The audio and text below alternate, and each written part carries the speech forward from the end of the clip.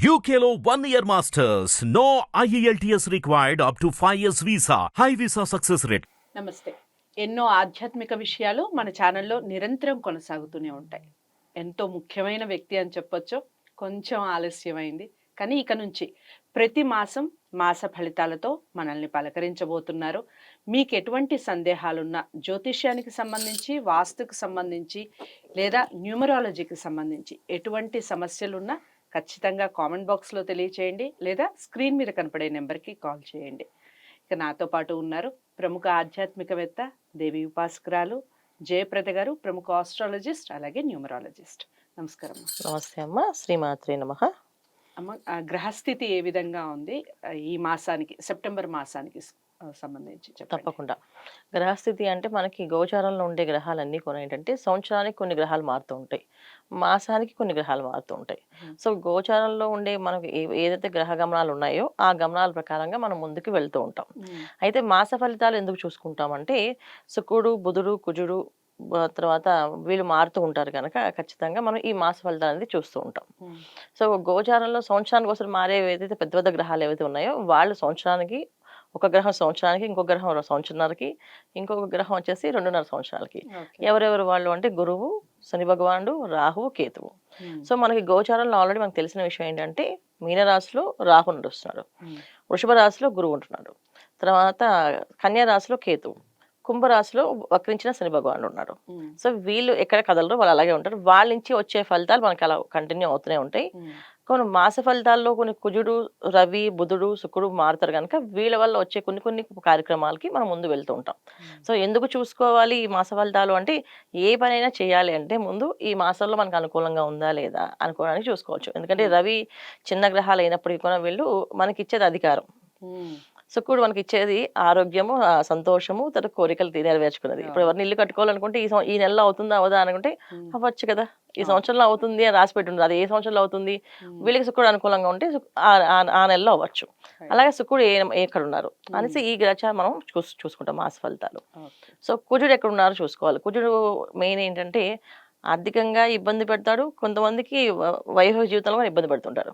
So ఆయన మనకు అనుకూలంగా ఉన్నారా లేదా చూసుకోవాలి. అందుకే మాస ఫలితాలు అనేది చూస్తూ ఉంటాం. సో ఇప్పుడు మన ఈ మాస ఫలితాలు కానీ గోచార ఫలితాలు కానీ తీసుకోవడం దేనికోసం తీసుకుంటున్నాం అంటే ఒక ప్రిడిక్షన్. జనరల్ గా గోచారం అనేది ఎంత వరకు చూసుకోవాలి అంటే మన జన్మ జాతకంలో date of birth, time of birth correct గా ఉన్న వాళ్ళకి వాళ్ళ జాతకంలో ఏ దశ నడుస్తుందో చూసుకోవాలి. సో గోచారం ఎప్పుడు చూసుకుంటాం అంటే డేట్ ఆఫ్ బర్త్ లేని వాళ్ళకి, సో నేమ్ తో రాసి, సో వాళ్ళంటే నా నామం ఇది, నేను మేషరాశికి వస్తాను అంటే అప్పుడు మేషరాశి ఫలితాలు చూసుకుంటారు. ఎందుకంటే ఒక పేరుని కంటిన్యూ ఒక 40 ఏళ్ళు వాడితే వాళ్ళకి అదే ఆ రాశి తత్వ లక్షణాలు వస్తాయి. సో వీళ్ళకి ఆ పేరు ఎందుకు వాడారు అంటే ఆ గ్రహాలు ఒక అనుగ్రహం ఉంది కనుక వీళ్ళకి ఆ పేరు వాడారు. సో అందుకని మనం ఇలా చూసుకుంటూ ఉంటామట. సో మాస ఫలితాలు ఎవరెవరికి వర్తిస్తాయి ఎక్కువగా అంటే date of birth, time of birth ఉన్న వాళ్ళు వాళ్ళ జాతకంలో దశ ఎలా ఉందో చూసుకొని అప్పుడు ఈ మాస ఫలితాలని తీసుకోవాలి. సో టైమ్ ఆఫ్ బర్త్ సరిగా లేని వాళ్ళకి గోచార ఫలితాలు 40% పనిచేస్తాయి, అవి మనం తీసుకుంటామట. ఇక చివరి రాశి మీన రాశి, సెప్టెంబర్ మాసానికి సంబంధించి మీన రాశి ఫలితాలు ఏ విధంగా? తప్పకుండా. మీన రాశిలోనే వాళ్ళ రాశిలోనే రాహు ఉన్నాడు ఈ సంవత్సరం. సో రాశి రాహు ఉండడం వల్ల ఏంటంటే ప్రతి పని అనుకూలంగా కాకుండా ప్రతికూలంగా జరుగుతున్నాయి. ఇప్పుడే కాదు, వీళ్ళకి ఎప్పటి నుంచో ఏ పని. చాలా మంది పూజలు బాగా చేసేవాళ్ళు బద్దకించి నిదానంగా పూజకి వెళ్ళడం, పూజ చేయడానికి ఆలస్యం చేయడం, బద్దకించడం, ఏదైతే కొంచెం చేయడం, ఒక 10 నిమిషాలు చేయడం, అలా చేయడం అవుతుంది. అసలు పూజ దేవుడు అంటే నమ్మలేని వాళ్ళు దేవుడిని నమ్మడం, వాళ్ళు ఎక్కువ పూజ చేయడం, గంటల దేవుడి రూమ్ లో కూర్చొని జపాలు చేయడం, సో దేవతారాధనలు ఎందుకు చేస్తా తెలియకుండా చేయడం. సో ఇవన్నీ ఆటోమేటిక్ గా మీనరాశి వాళ్ళకి ఈ సంవత్సరం నుంచి జరుగుతూనే ఉన్నాయి. అయితే ఈ మాసం స్పెషల్ గా ఏంటంటే కుజుడు చతుర్థ స్థానంలో. సో కుజుడు చతుర్థ స్థానంలో ఉన్నప్పటికీ ఏంటంటే కొంచెం విషయాలు కొన్ని అగ్రెసివ్ గా ఇంట్లో కొన్ని నిర్ణయాలు తీసుకోవడం అనేది జరుగుతుంది. ఎవరు తీసుకుంటారంటే అందరూ పెద్దవాళ్ళు అయిపోతారు అనమాట. సో ఒక భార్య, ఒక భర్త, పిల్లలు ఉన్నారు అనుకోండి.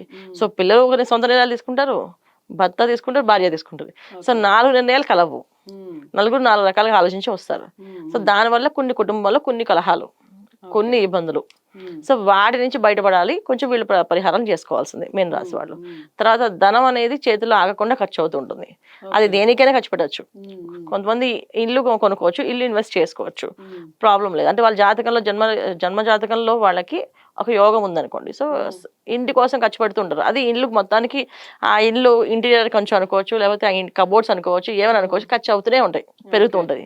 ఈ మాసంలో ఏంటంటే కొంచెం మాయలో పడి ఇంకొంచెం ఎక్కువ ఖర్చు పెట్టే అవకాశం ఉంది. చతుర్థ స్థానంలో కూర్చుంటాం కదా, నేను ఎక్కువ టెన్షన్ తీసుకోలేను, అసలు చెక్ రాసిమంటే ఆశిస్ చేస్తాను చెప్పి ఇచ్చేయడం, అలా మోసపోవడం అవకాశం ఉంది. అంటే ప్రతిసారి లెక్కలు వేసుకునే వాళ్ళు ఈ నెలలో ఏంటంటే లెక్కలు వేసుకునే ఓపిక ఉండదు అనమాట. ఏం వద్దులే, పని చేసుకుని వెళ్ళిపోదాం, ముందుకు వెళ్దాం, పని అవుతుంది అని చెప్పి అనుకుని వెళ్దాం. కొంచెం విసుగు అనేది ఆటోమేటిక్గా ఉంటుంది, బద్ధకం అనేది ఆటోమేటిక్గా వస్తుంది. ఆ బద్ధకాన్ని విసుగుని వదిలేసి కొంచెం ముందుకు వెళ్ళి కొంచెం ఆలోచించాలి. ఓర్పుగా అవసరం ఈ మాసంలో వీళ్ళకి. ఎంత సహనంగా ఎంత ఓర్పుగా ఉంటారో అంత అనుకూలంగా పనులు అవుతాయి. ఎంత ఓర్పు లేకుండా పనులు చేద్దాం అనుకుంటారో అంత ఆలస్యం అవుతుంది. సో మీనరాశి వాళ్ళు జాగ్రత్త తీసుకోవాల్సిన విషయం మెయిన్ ఇది. సో ఓర్పు అనేది కొంచెం ఎక్కువ మెయింటైన్ చేయాలి. ఒక పని అవ్వదు, అది అవ్వకుండా ఉండడానికి చికాకు పడడానికి ఎన్నో విధాల సిచ్యువేషన్స్ క్రియేట్ చేస్తుంది. ఎందుకంటే చతుర్థ స్థానంలో రవి కుజుడు, చతుర్థ స్థానంలో కుజుడు ఉండడం వల్ల ఎన్నో విషయాలు అంటే వాళ్ళు చికాకు పడి అరిచే వరకు చేపిస్తారు ఆయన. అరిచేస్తే మళ్ళీ ఆ కౌంట్ వాళ్ళకి పడుతుంది. సో అరవాలని చెప్పి ప్రయత్నం చేస్తారు కనుక మనం అరవకుండా ఉండడానికి ప్రయత్నం చేయాలి. ఆ సిచ్యువేషన్ వచ్చిందంటే కాస్త కళ్ళు మూసుకొని జపం చేసుకోవడం, కళ్ళు మూసుకొని భగవంతుడు మనకు నచ్చిన దైవాన్ని తలుచుకుంటుంటాం. ఈ పని అవ్వట్లేదు, వీళ్ళని ఖచ్చితంగా విసిగిస్తారు అంటే కొంతమంది చూడండి కావాలని ఇరిటేట్ చేపిస్తారు. ఆ సిచ్యువేషన్స్ ఈ మాసంలో వీళ్ళకి ఎక్కువగా ఉంటాయి అన్ని చోట్ల. అయ్యో, మీన రాశి వారు పాపం జాగ్రత్తగా అన్ని చోట్ల. అంటే ఉద్యోగస్తులు అయితే ఉద్యోగంలో అధికారులతో కానీ, తోటి ఉద్యోగులతో కానీ, వ్యాపారస్తులు అయితే వచ్చిన కస్టమర్లు విసిగించడం కానీ.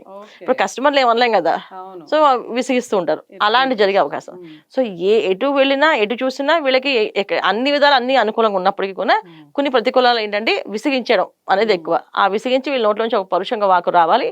ఆ పరుష వాకు వల్ల వీళ్ళకి అది నెగిటివ్గా పడుతుంది. అంటే మనం చేసే తప్పుని మనమే మళ్ళీ అనుభవించాలి. ఎప్పుడు చతుర్థ స్థానంలో కుటుంబ స్థానంలో పాపగ్రహాలు ఉంటాయో మనం ఏ పని చేసినా ఖచ్చితంగా అది మళ్ళీ 10ంతలుగా మనకు తిరిగి వస్తాయి. మంచి చేస్తే మంచి 10ంతలు తిరిగి వస్తుంది, చెడు చేస్తే చెడు 10ంతలుగా వస్తుంది. అందుకని వీళ్ళు చాలా జాగ్రత్తగా ఉండడం అనేది ఉత్తమ మార్గం.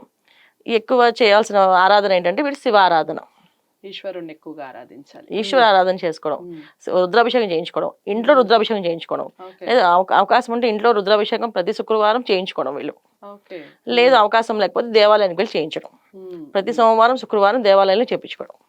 ఈ అభిషేకం చేయించడము ప్రతి విషయం మనకు అనుకూలంగా లేదని సిచ్యువేషన్ తెలిసినప్పుడు కాస్త కళ్ళు మూసుకొని మనం నచ్చిన దైవాన్ని తలుచుకోవడం తప్ప ఒక మాట అనకుండా ఉండడం, చాలా మంచి ఫలితాలు వస్తాయి వీళ్ళకి. మీన రాశి వారందరికీ కూడా చాలా వరకు మీరు ఓపిక వహించటం చాలా అంటే చాలా ఉత్తమం. ఓపికగా ఏ పనైనా సాధించవచ్చు. ఈశ్వరుణ్ణి ఎక్కువగా ఆరాధించే ప్రయత్నం చేయండి, రుద్రాభిషేకం ఎక్కువగా చేసే ప్రయత్నం చేయండి. సోమవారాలు శుక్రవారాలు చేస్తే మరీ మంచిది, ముఖ్యంగా ఇంట్లో చేస్తే అయితే చాలా మంచిది. ఏదేమైనప్పటికీ జాతకాల్ని పరిశీలించుకొని పరిహారాలు చేసుకుంటే 100% రిజల్ట్ ఉంటుంది. ప్రతి రాశికి సంబంధించి నేను చెప్తూనే ఉన్నాను. జయప్రద గారి దగ్గర మీరు జాతకాల్ని పరిశీలించుకోవాలి అనుకుంటే స్క్రీన్ మీద కనపడే నెంబర్కి కాల్ చేయండి. వీడియోని లైక్ చేసి అందరికీ షేర్ చేసే ప్రయత్నం చేయండి. ఛానల్ని సబ్స్క్రైబ్ చేసుకోండి. మరో మంచి కార్యక్రమంతో మళ్ళీ జయప్రద గారితో కలిసే ప్రయత్నం చేద్దాం. అంతవరకు సెలవు, నమస్తే.